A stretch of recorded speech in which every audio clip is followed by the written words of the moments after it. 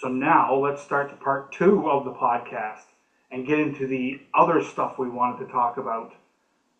Survey stuff, other quirks, and opinions on where we're going, where the tour is going forward. So I know you put out a survey to all the players after the season and asked some questions, very, very poignant questions on what people thought. So what was your take on the survey questions and the responses that you got? Generally, everything I was expecting, all the answers I got. Um, people love the tour, obviously. I always like reading about what it is that they like or what event was their favorite and why, and who they like to play with and that type of thing. The complaints that came in, pace of play, pace of play. And why do I write the emails that I do? And again, it's hard because I write the emails that I write because I don't have time with how big the events got to get out on the course and actually handle any of this pace stuff. But I felt like, to be completely honest, and I got an email from the pro from Bootleg, and I echo what he said, and it's very unfortunate the way that he worded it, that he just felt like the people that he was warning about pace didn't care. And me too this year. Any group that I did end up getting out there and talking to or yelling at or whatever is like this sense of entitlement that like I can play slow if I want to. And it's not just on the tour. I think this is like a big thing in golf in general right now, and it pisses me off. Like, We seen a fist fight in Red Deer over it, didn't we? Tarnowski. Well, we didn't I'm see it, gonna but get that's the whole Tarnowski road. to come out to the tour and just stand there, do that on the first He's tee. impartial. Yeah. Yeah, exactly. He'll be a little scarier than me. But yeah, pace was very disappointing for the most part. The first few groups were usually great. We were, right on that 4 hour mark usually for the starting groups. And then it would just, by the end of it, we're at like 5 hours. I mean, Mickelson was 5.5. Well, and I know, like you said, there was no gaps. Like, I mean, like, when we would play in our groups, and I'm like, we're literally right behind the person in front of us. And I'm Yeah. like, where did that, like, why did this take so long? No, it was wild. And I don't know, I don't even know if there was a ton of waiting necessarily either. It just that course in general is long. Like that's why I didn't let anyone walk this year because Yeah. it's in between holes. There's long walks too, right? Yeah, I walked last year, and yeah, it's definitely A not lot. fun to walk. Yeah.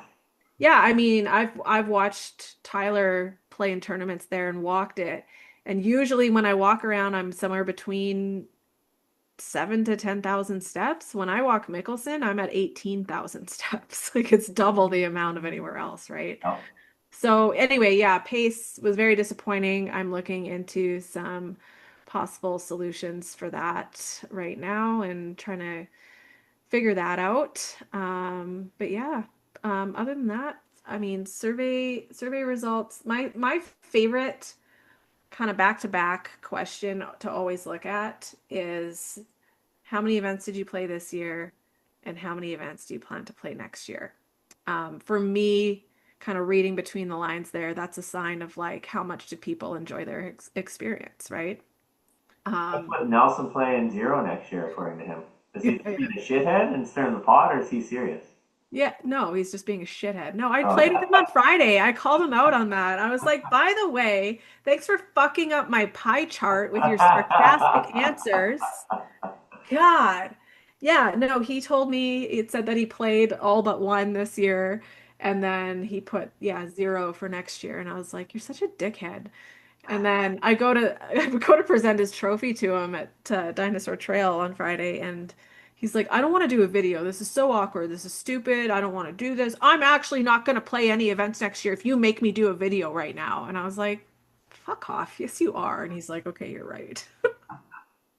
So no. Honestly, I think that was an amazing idea you had to go and play around with all the. Yeah, I should forget the trophies more often, I guess. Eh? No, that was like when I seen that you were doing that, I was like, that's actually That's super actually a cool. great I was like, idea. that's a really cool idea and a really cool way to cap the season. Yeah, yeah, it's been fun. I've only gotten two of them so far, but I mean, Patterson's a member at Glencoe, so that's not going to be a terrible day for me. No, not at all. And then yeah, I got to get Rosario's at Mickelson too, so I'm not sure if I'll get around in with him or not. And then Clemmer's a member at Devon, just outside of Leduc. Oh, So nice. again, I don't know if I'll for sure get there, but he already has his trophy because I took it to Buck Lake. But yeah, no, it was fun to be able to play around with those two that I was able to get out and I mean to play at Silvertip and Dinosaur Trail I haven't played in a few years. It's always fun to play in the hoodoos there and Never played Dinosaur Trail. I've played Silvertip, but never Dinosaur Trail. I'm gonna try to get that one in before the end of the season here. My daughter lives down in Uh-huh. just outside Drumheller, so oh yeah, you should. It's in good shape too. I might message that No, so Chris yeah. Nelson guy too. Yeah, and Streliski and God, there's I mean, I swear half the town of Drumheller was in the top five on order of merit most of the season. But yeah, it was like looking at this pie chart here, so cool to see that with 22% of people that played seven or more events this year, and next year, seven or more events, the number was 47%. So we're more than doubling the amount of people that want to come out more. So what you're And telling us is that you better register register early. early, yes. Yeah, I have a feeling we're gonna have a lot of sellouts before the early bird sale is even over.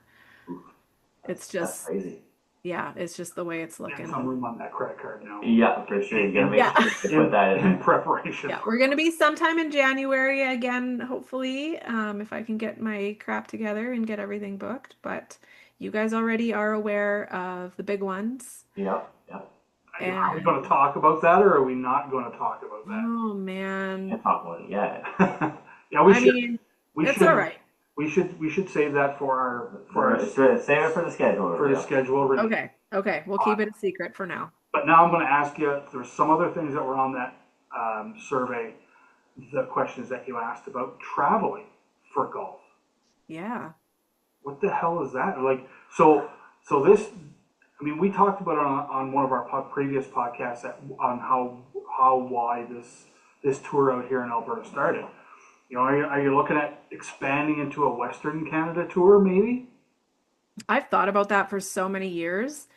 Um, Part of why I haven't yet is at the risk of sounding totally conceited, because I don't mean to be, and that's not what I'm saying necessarily, but I do know that a large part of why the vibe at the events is the way that it is, or why the atmosphere is the way that it is because of me or my presence. Um, so the thought of expanding is exciting in a way, but also it would pull me away from being here all the time because I have to go run events in other places or train someone in these other places to run the events in the way that I would like them run, and it would pull me away from home. So it's kind of this weird, like, yeah, I'd like to, but do I end up losing what I've created here? And I don't want to do that. So I don't know. The traveling piece is honestly also just traveling. Like there are great courses within driving distance, but also within Canada. We did our trip out to Victoria to Vancouver Island on August long weekend right before Mickelson. Been dying to go back to Cape Breton, go to PEI. I've never been there before. So there's so many options. And right now, again, with the dollar being the way it is and the weird political landscape, a lot of people don't want to go to the States necessarily on their golf trips at the moment. So, yeah, it might be if I can. The problem with that too is I'm waiting on surgery on my knee, and everything is so up in the air that it's really hard for me to plan anything because I don't want to plan this epic golf trip and then not be able to go. That would suck. That would. Right? That would be devastating for sure. What about a seniors division for old people like this guy? So we talked There, about yes. that. We had this big pack meeting to discuss all of this. It was almost 3 hours long, which is wild. I haven't had a pack meeting in the fall ever before. I don't think we've ever had our conversations usually till January. So for those that don't know, what's a pack? Sorry. PAC is Player Advisory Committee. So these are the longtime OGs. We got Tom Gramblicka, Clem Lazo, Code, Chris Patterson, and Ken Mercier. Ooh, that's a busy day. That's a Yes. busy night. Yeah. So, oh, and Brian Payne. Did I say Brian? I don't think I said Brian Payne. Help me. So yeah, it's we get on a Zoom and I went over all of these things. It doesn't sound like there's going to be a seniors division. Nice. We did discuss though the possibility of adding a flight. So the possibility of having a D flight for actual the lower D flighters, that is gross, and then having a net open flight for those higher handicaps that are in the D flight, or for any seniors who want to play a lower yardage, they can enter the net flight, play a shorter yardage, but if they're a 4 handicap, they are only getting however many strokes, and then they're going to be playing against 30 handicaps still too. So kind of bouncing around that idea just because of the growth, right? Like the flight sizes were really big. I was really happy with the amount. Like we didn't really have any small flights except for a couple of those smaller Edmonton events. So I do think we have room to add a flight, but I don't think it's going to be senior specific by the sounds of it. Interesting. Yeah. I like that idea. That's a Yeah, it seemed like a really good compromise for the issue that we were facing. Uh, the senior situation really was like it was one person in the champ flight. And it was like, do we need to make like this big of a change that's only like one person is being affected by? that's fair. And so how do we make a change, or how could we potentially make a change where it actually could benefit more than just the one person? And so that, yeah, after hours of talking, that came up. So that's a possibility for next year. And I think it'll just depend on the events. Like we had discussed the possibility of, adding that additional flight when there's more than 80 people registered. We would not have that extra flight in less than 80-person fields. That makes sense. Yeah. Yeah. Yeah. So yeah, no senior flight, but potentially an extra flight for larger fields. So what about, like we were talking the other day on the golf course, and what about, I don't know if you do this already now because you might, but what about having it so that, I know some of the guys like to hit or complain that they can't hit their drivers or whatever because they're, let's say, in the C flight and they need the distances longer or certain things like that. What about the idea that you have to play, or you can only play as low as said flight, but you can, if you want, you can challenge one flight above? I allow that now if Okay. someone requests it. It's definitely on a person by person basis. Which makes sense. Yeah, like I had a new guy, I'll give you an example this year, who at Delacour, um, he was confused why he wasn't in the champ flight. We had a lower cutoff there as well. He was, I think, a 5 point something, and I'm pretty sure my champ flight cutoff at Delacour was like a 2. Like he was significantly above the Yeah, cutoff. yeah. And he's like, I don't understand why you have me in the A flight. This doesn't make sense to me. I don't want to be in the A flight. And I'm like, are you sure? He ended up getting dead last that day. I mean, the weather, the wind, all of it obviously wasn't great. But from that, I let him play up the one tournament and I said, we'll see how this goes. And from that point on, he wanted to play where his handicap put him. That's fair. He learned the lesson very quickly. He did end up winning a couple of events later, I think. So I think he won Pinebrook in the A or champ. Now I can't remember. I think it was the A flight where his handicap put him. It was just, I think he realized kind of quickly that there is a difference between a 5 and a 0 or a 5 and a +1. And yeah, you're good as a 5, but you're still not, Not that good. or a +1, right? Yeah. So, yeah, I do. People will sometimes email in and request that. I get that a lot when people don't want to play the net D flight as well, because there are, especially when there's certain people in that D flight that are known to go under net par on a regular basis, and they don't want to compete against them. So they would rather be in the C flight, knowing that they don't have a chance of winning in the C flight, but they have a chance of maybe placing better. Oh, So yeah, I do allow it. I don't get the requests all that often, but I think I just look at it as like, I mean, like really, we've been on the tour for 1 year, I guess, because we played like 4 events last year, but really only played two or Yeah, I three or played something like 3 that. last year. you've been on the tour for 2 years. Yeah, but I mean, like we got rained out, and then basically got rained out at Mickelson. True. But anyways, but I mean, I look at it. I mean, We are not tour veterans. so let's say we've been on it for two, but I mean, like I've jumped already from the D to the B. Like, why can't more people do that? I don't understand why some of these people that win repeatedly aren't doing that. Like, that's where I'm like, if you're gonna win repeatedly, what is the fun in that? Challenge yourself and go to the next flight. Or, I mean, that's why my suggestion. I mean, I'll just flat out say it. My suggestion was is if you have 3 or more wins, you should be bumped up for the next tournament and to the next flight. So I'll give you an example, and you could actually have this conversation with Blair, but Blair was that guy 2 years ago, maybe 3 years ago. He won everything. Like to the point where we had trolls commenting on like my social media posts, calling him a sandbagger, Well, like I being mean, so mean to two him. fits. So, I think he won. I should pull up his profile. He won a lot that year, and I ended up telling him that he was going to go into the sea flight because he won too much.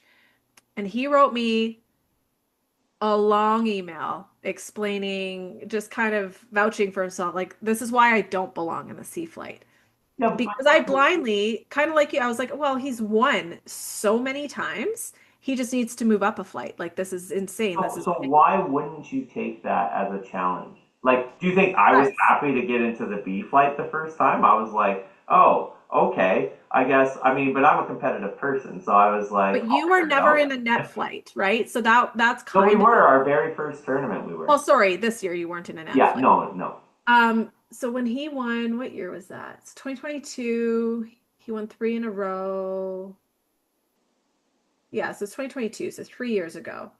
Um, I know for a fact and I he brought up a very got valid complaint. point that all of these wins for him, they weren't they weren't under net par, so he was not shooting better than his handicap.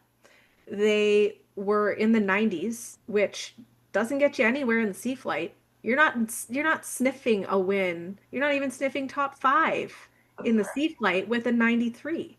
That's fair. And that's the thing is, so I blindly pushed him to the sea flight because I thought he won too much, just like you're suggesting. And when he wrote this email, and it was a novel, he can tell you all about it. Um, but he raised very valid points, and he's like, Leah, if you're pushing me into the sea flight, I don't think I'm going to spend the money to come out to championship because it just doesn't make sense. I don't have a chance in that flight if you're going to put me against these guys that are shooting 82s and whatnot. And my best score was a 92. Okay, so on the flip side, why does everybody else spend the money to come if they already know they're going to lose to certain guys on the flight? Sorry, say that again? So on the flip side of that, Yeah. he doesn't want to spend the money because he has no chance to win. Why should all the people in the other flights, and they constantly lose to certain people on the flights, why do you think they want to spend the money to go? That's a valid question, right? It's a valid question. It's But because people are competitive, and I mean, I just think, I mean, I look at it as, if you want to, I mean, I've been playing golf for 4 fucking years, and I'm into single digits. Like, what is stopping someone else that's been playing golf for longer than me from doing that? I don't understand. Yeah, Like, people who camp in the D flight on purpose, I don't understand that. There's a few of them. Um, and I will stress on purpose.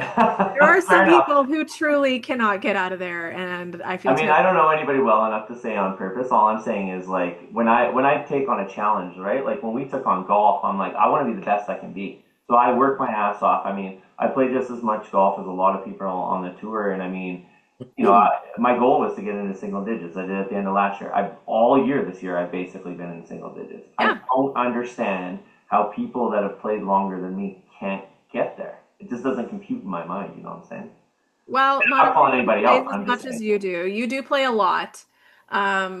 You Speaking practice a personally, I lot. don't have time to practice. I don't have time for lessons. I don't have time I don't to take lessons. practice and implement changes after I lessons. golf cross-handed. Nobody's gonna teach my dumb ass how to swing. Oh, that's true.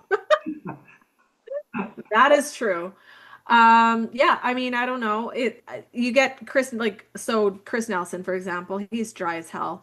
So he's sarcastic about literally everything. But we did, in our pack meeting, and I told him this on Friday when we golfed. I said, we had I was sharing my screen. We had your Golf Canada pulled up. We corresponded your wins with your Golf Canada account. We looked to see if you shot better than your handicap on any of your wins.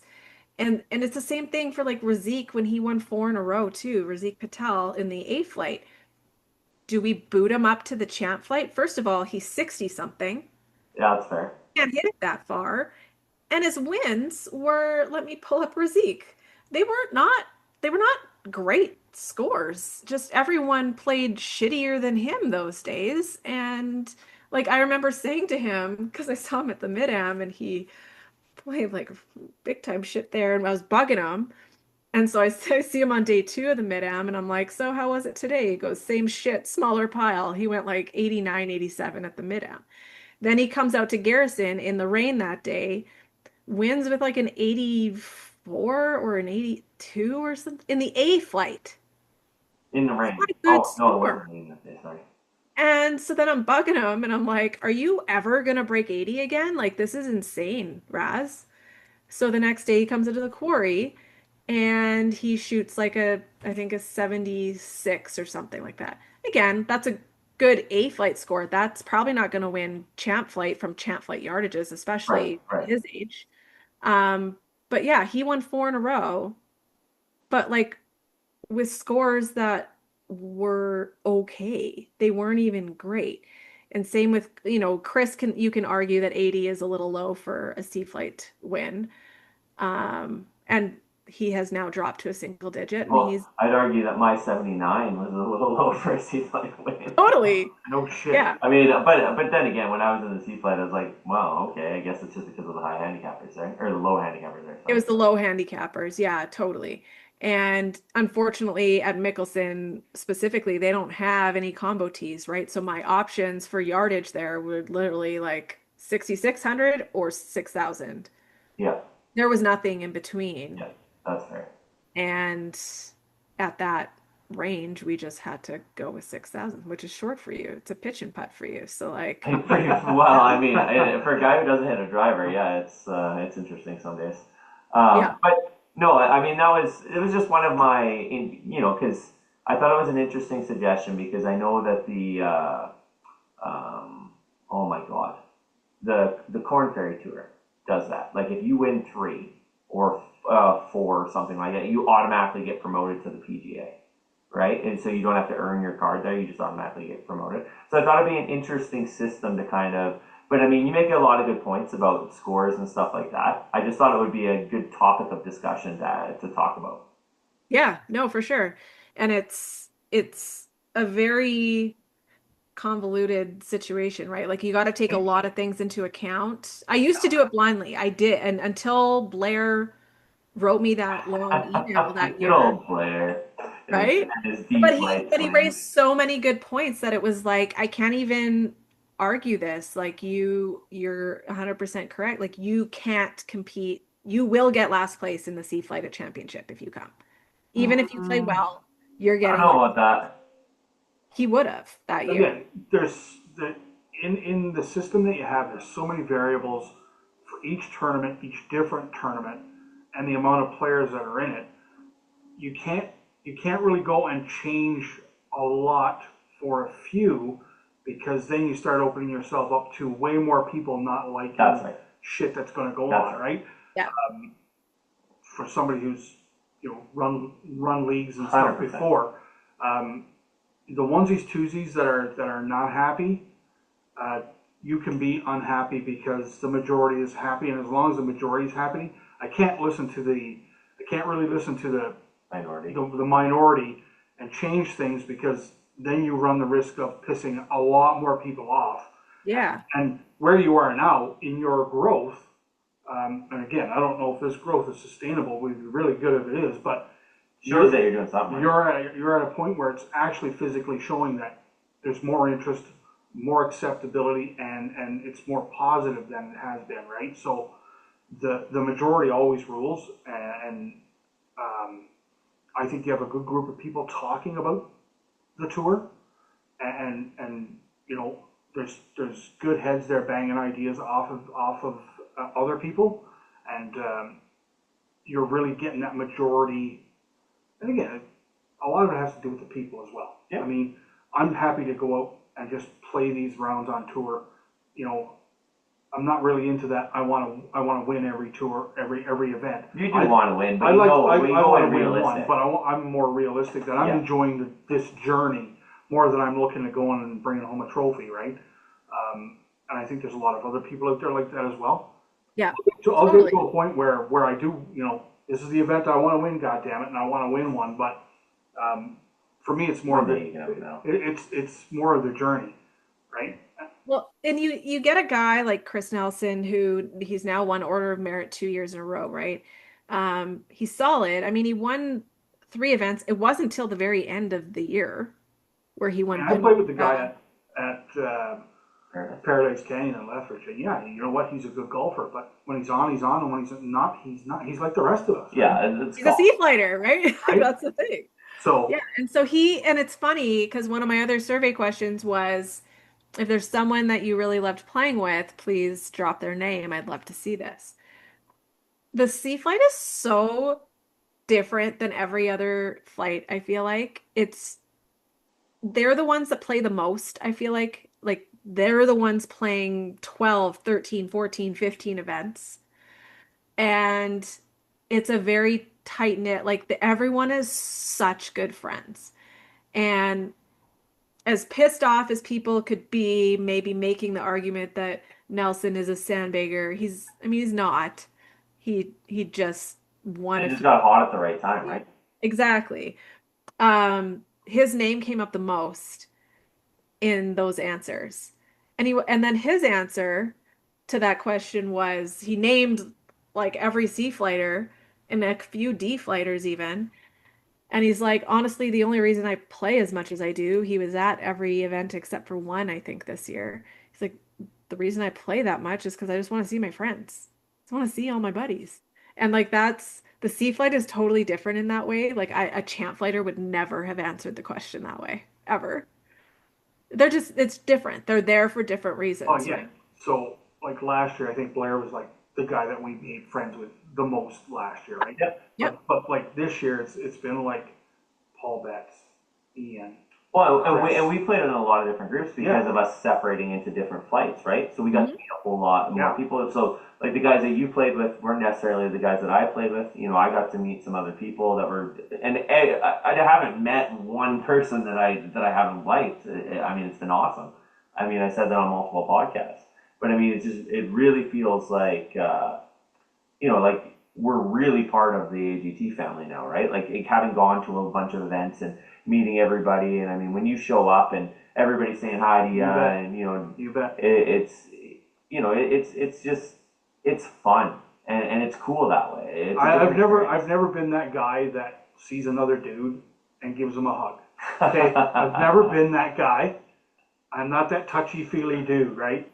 But there are guys now that when you see them, you give them that hug, and it's like a camaraderie between the guys, because you're there to play, compete, and enjoy the round together. Yeah, have And fun. you know, like we chat with guys on our socials now, like that we've met, that we talk all the time, right? So Love that. that is, well, again, that's a big part of it too, right? Like you don't want to be that island unto himself on this tour, because that can get pretty boring and lonely after a while, right? But yeah, like, you know, Paul, Ian, even Chris. What's the crazy part? Like we're talking about Paul, like he's an OG on the street. This was Paul's first season. Yeah, it And was. I mean, and we played with him at Delacour, was the first time we played with him, right? Yes, correct. Yeah. And literally, I think you played with him again, right? yes. Because I never got to play with him again. But we were, like, me and him were kart buddies at Delacour. And I mean, we hit it off, just like that. Yeah. Right? And I've forever, and I mean, you guys have probably heard even before you joined the tour, I have forever said it's the people that play this tour that make it so special. Yeah. And I talk about the AGT family all the time. And I'm sure before you came in, you're like, oh, I probably can't just like Well, I mean, again, I'm infiltrate a family, I'm a right? But like, different duck, and I get it, and I understand it, right? Like, I'm not that person that would just go up, talk to somebody. It takes me a while to get comfortable around people, because Yeah, we're very different that way. that's just who I am, right? And yeah, like this year was just, it was so easy to go and play these rounds, because you always see, you may not be playing with somebody that you've played with before in the round, but before and after the round, you're going to talk to the guys that you know. Yeah. How did you play today? You know. I mean, it's almost like you're a kid on like Christmas Eve when you're waiting Well, for your it tea is. times, right? So You're like, who am I playing with? Who am I playing Yeah, with this week? it- Like, right. what time are we going out at? You know, it's like, you know, your anticipation for all the information that you're going to get. When am I going out? Who am I going out with? Right? What flight am I in? Who's in the flight? Who's dropped down the D, or who's moved up? Right? All that stuff. It's just because me and Chris, we talk about it every time we see tee sheets, right, for the tour. It's like, did you see? Did you see? Did you see? Right? And that's just, it makes being part of it more special. And yeah, I'm looking forward to 2026. It just sucks that 2025 is just fucking ending. So it's Got still some the golf ahead of us. yeah, we do Yeah. have some sim golf ahead of us, and it's back to the gym 2 or 3 times a week instead of just once or twice. So that's how my year turns around. The seasons are shifting. Yes, they are, sadly so. Yeah, But unfortunately. we well, I guess we'll wrap up this part 2. Yeah. So Leah, I guess January we have to do this again. Yeah, at the Get your latest. shit together and get the schedule out in January. You know what? I would love to give everyone a Christmas present. That is the schedule. That'd be awesome. Well, then we'd have to do it in December, because we have to do a schedule release podcast. It's just, that's kind of where we are now.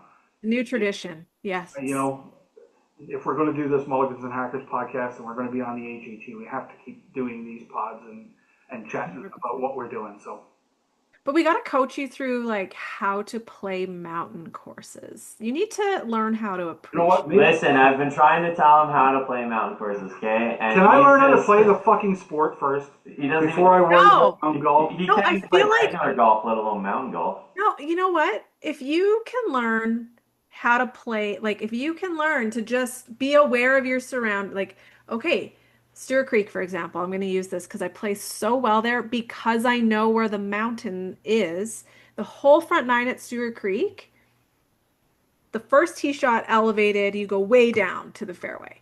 And then the rest of the time you are climbing a mountain and you go back and forth, you're scaling the mountain. So you just have to know like, okay, so the mountain's high here, it's low here. So my drive when it lands is going to kick down the mountain. You just need to be aware of the mountains, the valleys, all that kind of stuff. And then know, yeah, like the way that your drive is going to kick based on the terrain around you.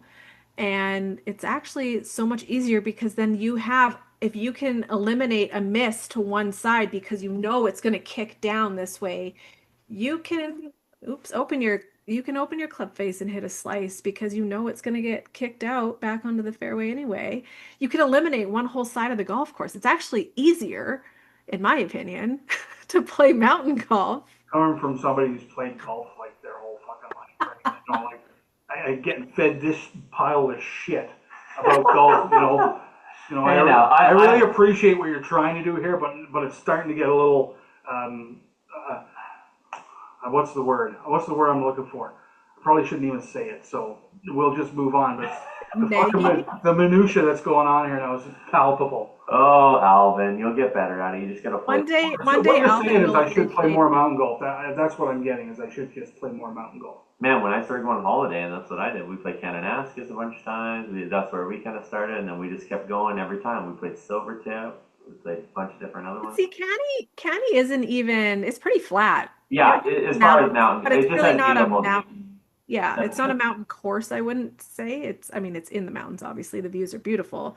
Silvertip is annoying because you don't get a flat lie anywhere. No, you're literally going up the mountain on one side and down the mountain on the other. It's annoying. Yeah. Very. But there are some like that, and that's why I like Stewart Creek over Say. I think that's why Alvin struggles so much with mountain golf, is because he doesn't like anything on a flat lie. Yeah. He doesn't like uphill lies. He can barely hit flat lies. He doesn't like going up a hill. He doesn't like coming down a hill. He prefers a nice flat golf course, or a gradual slope, as our golf course would be, I guess. We gradually slope down on the front nine and gradually. You know what you need to do in the winter is, I think there's some, I can't even remember the name. There are some indoor facilities that have mats that actually like angle based on your lie in the sim round that you're playing. Interesting. Yeah. So you need to find one of those and practice your side hill lies, downhill lies. Yeah, that's what I want to do. That really sounds fucking appealing. Let's go to a sim and play this fucking shit golf. Yeah, okay. Yeah. Can I just go to a sim and hit off a flat line and suck there instead of going and playing mats where they move? You're gonna say, can I just go into a sim and hit my head off the wall? Well, he does that anyway. Well, maybe that too. But... Oh well. Anyways. Yes. Fantastic. I really appreciate the chat, Leah. Thanks for having me. Yeah, thanks for coming on. It's always a blast. And the next time we see you on the pod will be the schedule release. Yep. Let's put that in the books.